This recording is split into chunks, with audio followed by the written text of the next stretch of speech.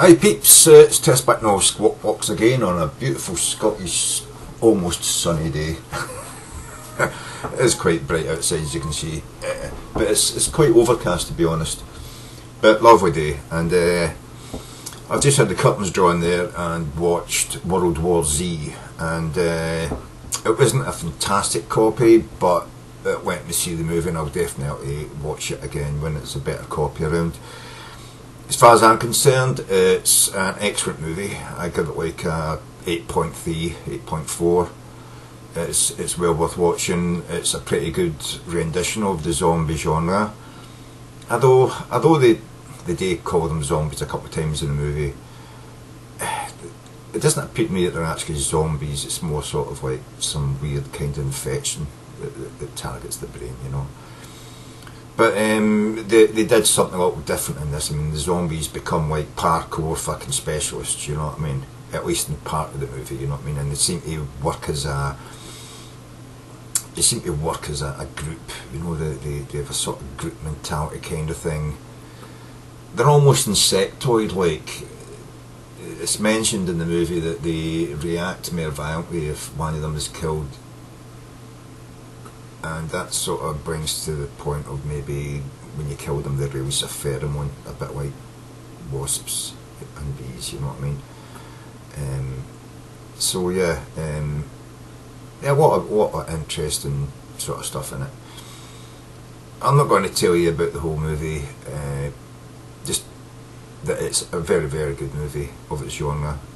I like science fiction particularly, and this was really enjoyable to watch.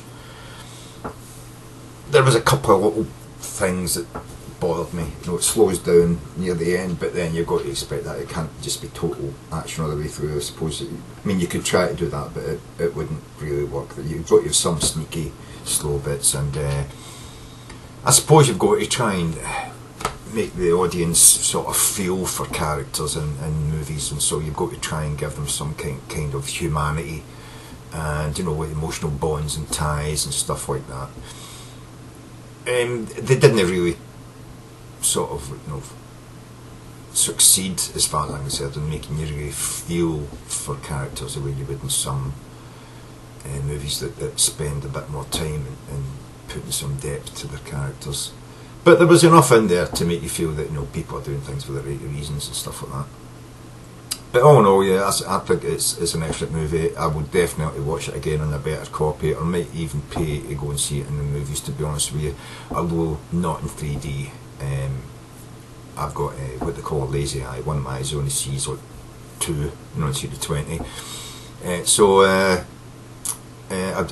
no point in me trying to watch a 3D movie. I can't see it in 3D. It just looks all blurred to me. So I would rather wait and see it as just a normal movie, which I can get on the computer. But often in the cinemas you don't get the choice to watch movies that are out in 3D or revision. So I might have to just put up with watching downloaded, copied stuff from cinemas and stuff like that.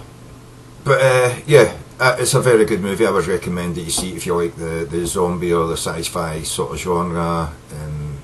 Different take on the normal zombie movie, not shambling, shuffling zombies, falling apart, decrepit, you know, withering on the vine type of thing. There's not a lot of blood and guts in this movie, which is why it gets such a low rating.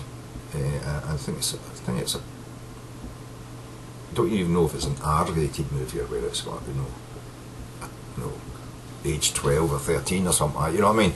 But there isn't any sex in it. There's very little real violence in it, or blood, you know.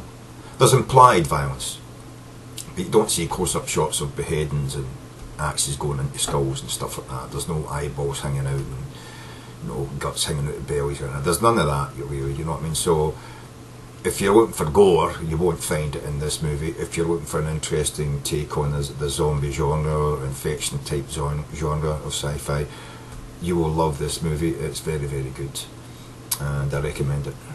So there you are. Very high test recommendation actually. 8.3, 8.4. It really is high. I mean, I reckon any movie I give a 7 is worth watching, but this is definitely a worth watching. So Transivar folks, and I hope you can get a hold of this movie and watch it before it's plastered everywhere and you know too much about it for you to actually enjoy the movie. Cheers.